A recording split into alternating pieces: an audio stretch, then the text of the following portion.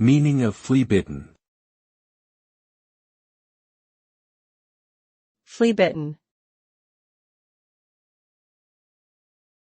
Flea-bitten. Flea-bitten. Flea-bitten. Flea-bitten is an idiomatic expression used to describe something that is old, shabby, or worn out.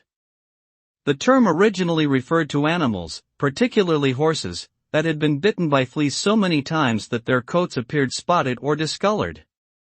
Over time, the term has come to be used more broadly to describe any object or situation that appears dilapidated or unkempt. A flea-bitten item may have holes, stains, or other signs of wear and tear, giving it a scruffy and unappealing appearance.